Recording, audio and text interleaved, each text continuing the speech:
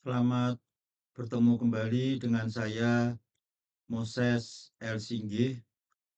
Hari ini saya akan menjelaskan tentang Lean Christian. Dengan tujuan kita bisa menghilangkan kegiatan-kegiatan yang tidak bernilai kekal bagi kehidupan kita maupun bagi kehidupan orang-orang yang kita selamatkan. Selama mendengarkan renungan ini, mohon kita masing-masing mencari kegiatan pribadi atau pelayanan yang merupakan sampah. Sampah itu apa? Kegiatan yang tidak bernilai kekal. Menurut informasi yang saya dapatkan dari trainer saya, dia mengatakan bahwa 80-90% kegiatan kita itu merupakan kegiatan yang tidak bernilai tambah. Nah, hari ini kita pikirkan apa kegiatan yang pribadi kita maupun pelayanan kita yang tidak bernilai tambah. Ayat kuncinya ada di dalam Kolose 4 ayat yang kelima, hiduplah dengan penuh hikmat terhadap orang-orang luar.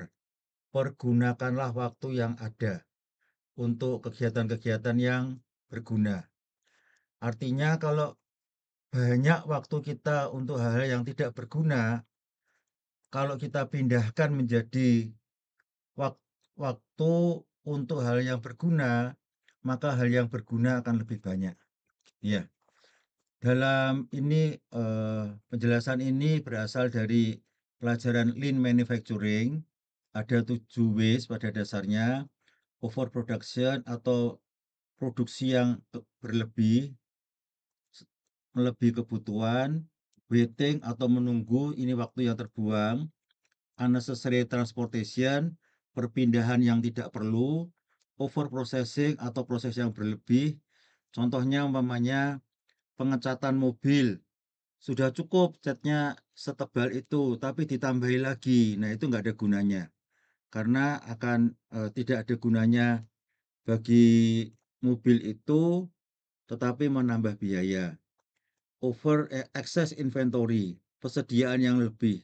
Persediaan memang diperlukan supaya kalau ada sesuatu maka kita bisa mengambil dari persediaan itu, hal-hal yang tidak terduga.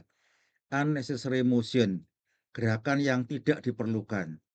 Nah, ini menghabiskan tenaga kita, menghabiskan waktu kita untuk hal yang tidak diperlukan. Yang terakhir adalah defect atau produk cacat atau kesalahan. Ini tidak diperlukan karena kita tidak membuat defect. Ya, yang pertama overproduction, yaitu produksi melebihi dari kebutuhan. Dalam kehidupan beragama, kita tahu banyak firman tetapi tidak dilakukan. Itu tidak ada gunanya, ya. Tetapi hendaklah kamu menjadi pelaku firman, bukan hanya pendengar saja. Yang kedua, apa itu? Waktu yang terbuang karena menunggu. Penerapannya dalam kehidupan rohani adalah menunda-nunda ketaatan. Kalau kita menunda ketaatan, berarti tidak ada gunanya, ya, nggak ada gunanya. Secepatnya kita taat, maka secepat itu juga kita akan menjadi orang yang lebih rohani. Dalam Mazmur 119 ayat 60 dikatakan, aku bersegera dan tidak berlambat-lambat untuk berpegang pada perintah-perintahmu. Jadi kalau kita mendengarkan firman, segera kita melakukan firman itu, jangan berlambat-lambat. Yang ketiga, unnecessary transportation, perpindahan material yang tidak perlu. Artinya seperti itu. Dalam kehidupan rohani, pindah-pindah gereja atau pindah-pindah pelayanan, orang yang bersangkutan artinya tidak berkomitmen, sehingga tidak bisa bertumbuh, berakar dan bertumbuh. Kalau kita tetap pada satu tempat, ya, maka kita akan segera bertumbuh. Jangan lagi kamu menjadi anak-anak yang diombang-ambingkan. Jadi jangan siap ngomong apa, orang ngomong apa kita ikuti, orang ngomong yang lain lagi kita ikuti, kita terombang-ambing. Yang keempat, over processing, proses berlebih tanpa menambah nilai, ya. Ritual tanpa makna, ya. Biasanya ada aturan-aturan gereja yang sangat banyak, begitu ya, aturan agama yang sangat banyak yang tidak sesuai dengan firman. Nah, itu tidak ada gunanya. Itu dihilangkan saja, ya. Bangsa ini memuliakan aku dengan bibirnya, padahal hatinya jauh daripadaku. Ya, jadi orang ini hanya dari bibirnya saja, tapi hatinya tidak seperti itu. Yang kelima, excess inventory, ya, persediaan berlebih yang menimbulkan biaya dan risiko. Kita perlu berkat Tuhan, tetapi kita menimbun berkat dan pengetahuan rohani tanpa membagikan kepada sesama.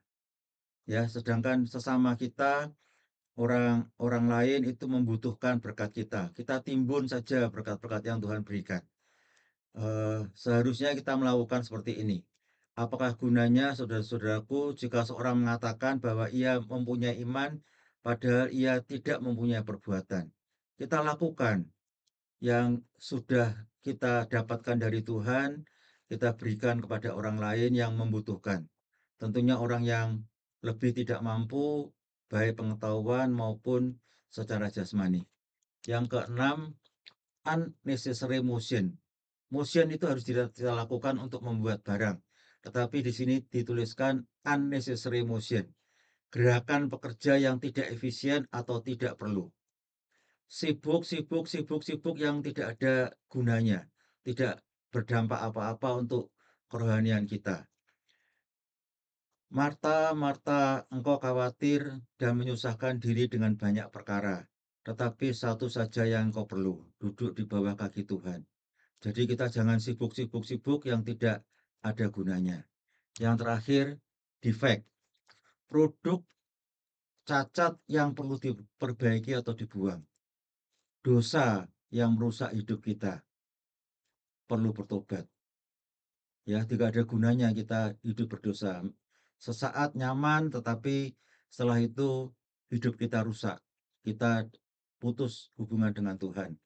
Jika kita mengaku dosa kita, maka Ia adalah setia dan adil dan akan mengampuni dosa kita kalau kita mengaku dosa-dosa kita. Kesimpulannya adalah menjadi lean Christian adalah fokus pada kehendak atau pimpinan Tuhan, bukan pada kebiasaan. Kita cari kebiasaan yang telah kita lakukan, baik dalam beribadah maupun dalam kegiatan rohani kita yang tidak berdampak kepada peningkatan iman kita.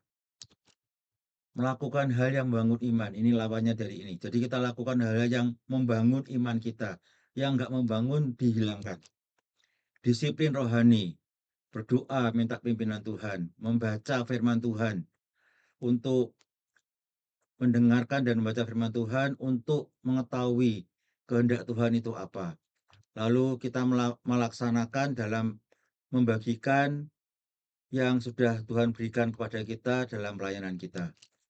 Hidup rohani yang efisien, hiduplah dalam rohani yang efisien dan berdampak. Terima kasih, Tuhan berkati kita semua.